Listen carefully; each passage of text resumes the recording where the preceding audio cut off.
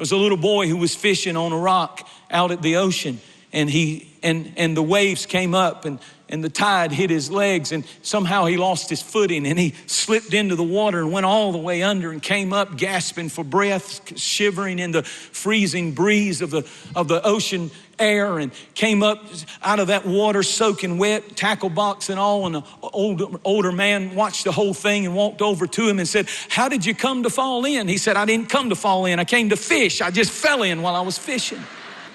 We didn't come to do it. It just happens. And when it happens, it reveals your weakness.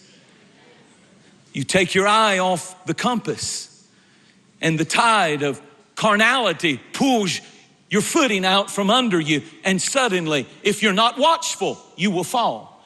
I'm saying to you today, you better live alert. You better be awake.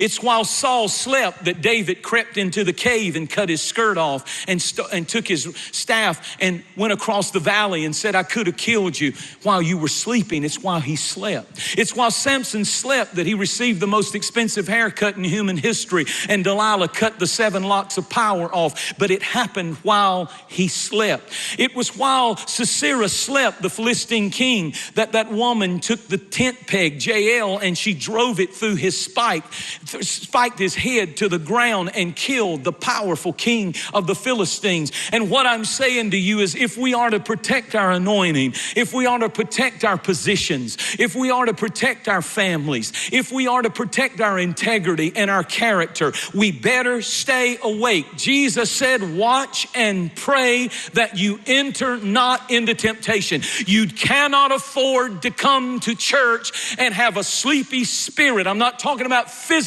sleep. I'm talking about spiritual sleep that allows you to be dulled and bored with your walk with God. Stay awake and stay on fire. Come on. You need to be alert. The enemy is seeking whom he may devour.